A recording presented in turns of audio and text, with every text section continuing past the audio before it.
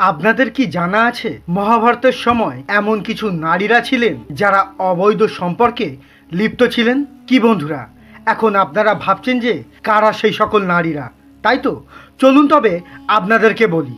বন্ধুরা, মহাভারত এক এমন গ্রন্থ যে নিজের মধ্যে অনেক রহস্যকে লুকিয়ে রেখেছে। কৌরব আর পাণ্ডবদের মধ্যে হওয়া কুরুক্ষেত্রের যুদ্ধের সম্পর্কে আমরা সকলেই জানি, কিন্তু এটি ছাড়াও আরও অনেক রহস্য এর মাঝে লুকিয়ে রয়েছে।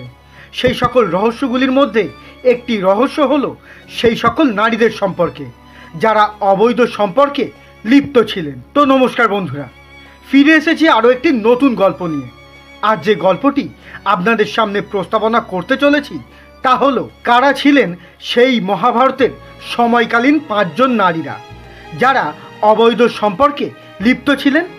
এই প্রশ্নের বিস্তারিত উত্তর জানতে আজকে ভিডিওটি অবশ্যই সম্পূর্ণ দেখবেন। ভিডিওটি শুরু হওয়ার আগে এই চ্যানেলে যদি প্রথমবার এসে থাকেন তাহলে অবশ্যই চ্যানেলটিকে সাবস্ক্রাইব করে রাখবেন আর কমেন্টে জয় শ্রী হরিবিষ্ণু অবশ্যই লিখবেন।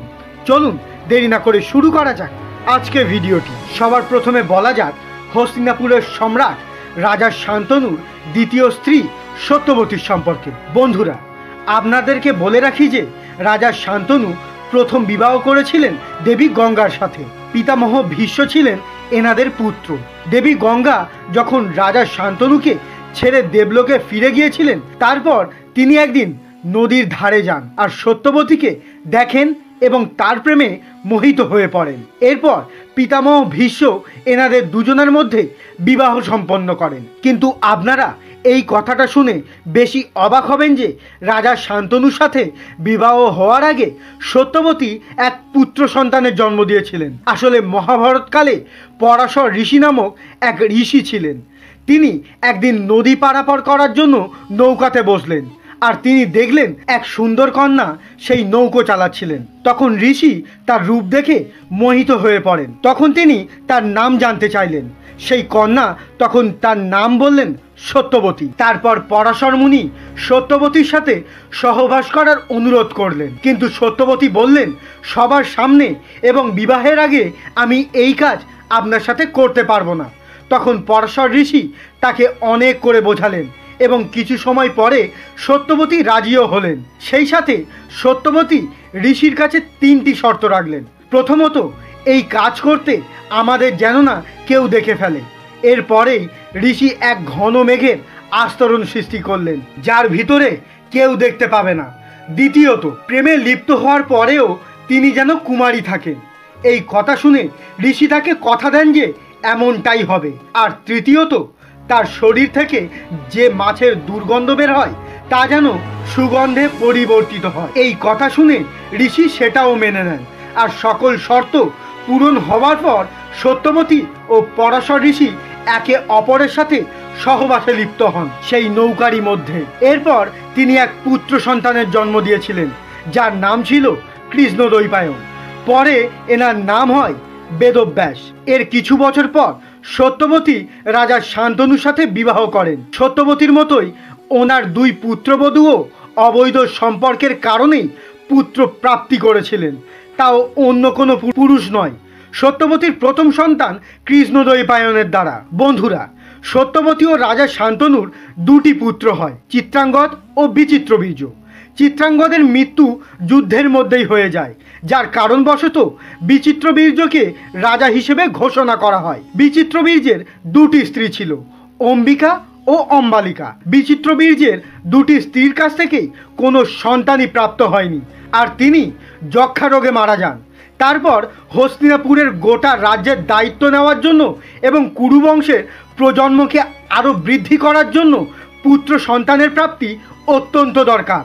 এই কারণবশত অম্বিকা ও অম্বালিকার সাথে সত্যবতী বেদব্যাসকে সহবাস করার সিদ্ধান্ত জানান। সত্যবতী বেদব্যাসকে বলেন অম্বিকা ও অম্বালিকার গর্ভে থেকে পুত্র সন্তান প্রাপ্ত করার জন্য। সবার প্রথমে সত্যবতী তার বড় পুত্রবধূ অম্বিকাকে আর তারপর ছোট পুত্রবধূ অম্বালিকাকে বেদব্যাসের কাছে পাঠিয়েছিলেন। অম্বিকা তার দেহের ভয়ঙ্কর রূপ দেখে নিজের চোখ বন্ধ করে নেন এবং তারপর তারা দুজনে সহবাসে লিপ্ত হন। তারপর বেদব্যাস সত্যবতীর কাছে ফিরে আসেন আর বলেন অম্বিকার গর্ভে এক শক্তিশালী পুত্র জন্ম নেবে, কিন্তু অম্বিকার চোখ বন্ধ করে থাকার কারণে সেই পুত্র হবে অন্ধ।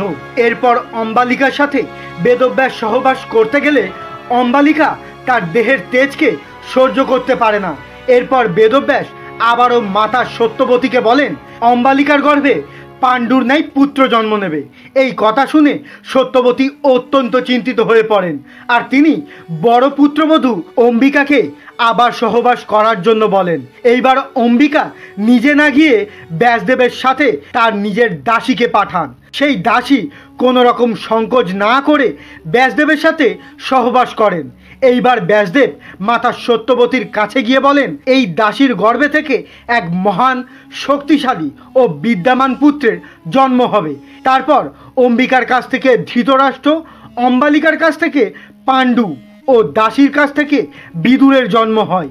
এই তিনজনই ছিলেন ব্যাসদেবের পুত্র। এইভাবে পাণ্ডবদের মাতা কুন্তিও অবৈধ সম্পর্ক করেন। রাজা শূরসেনের কন্যা কুন্তির সম্পর্কে তো আপনারা প্রায় সকলেই জানেন। কুন্তির বিবাহ পাণ্ডুর সাথে হয়েছিল। কুন্তি বিবাহের আগে এক ঋষির সেবা করার জন্য পুত্র প্রাপ্তির মন্ত্র প্রাপ্ত করেছিলেন। সেই মন্ত্রের পরীক্ষা করার জন্য তিনি বিবাহের আগেই সূর্যদেবকে আহ্বান করেন এবং তার সাথে তার অবৈধ সম্পর্ক করেন এবং এক পুত্র সন্তানের জন্মও দিয়েছিলেন, যাকে আমরা সূর্যপুত্র কর্ণ নামে জানি। এরপর তিনি সেই সন্তানকে নদীর জলে ভাসিয়ে দিয়েছিলেন।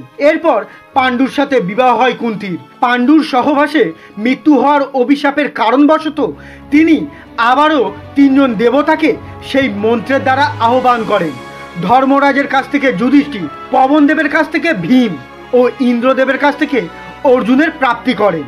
এরপর পাণ্ডুর দ্বিতীয় স্ত্রী মাদ্রীকে সেই মন্ত্র তিনি প্রদান করেন এবং মাদ্রী দুই অশ্বিনী কুমারকে আহ্বান করেন এবং তাদের কাছ থেকে নকুল ও সহদেবের প্রাপ্তি করেন। তো বন্ধুরা, কেমন লাগলো আজকে এই তথ্যটি তা অবশ্যই একটি কমেন্টের মাধ্যমে জানাবেন। ভিডিওটি যদি ভালো লাগে তাহলে অবশ্যই একটি লাইক এবং বন্ধুদের সঙ্গে বেশি বেশি করে শেয়ার করবেন। আর এই চ্যানেলে যদি প্রথমবার এসে থাকেন তাহলে অবশ্যই চ্যানেলটিকে সাবস্ক্রাইব করে রাখবেন। ফিরে আসছি আরও এমন ধরনের নতুন নতুন তথ্য নিয়ে। ততক্ষণ সঙ্গে থাকবেন, ভালো থাকবেন। নমস্কার।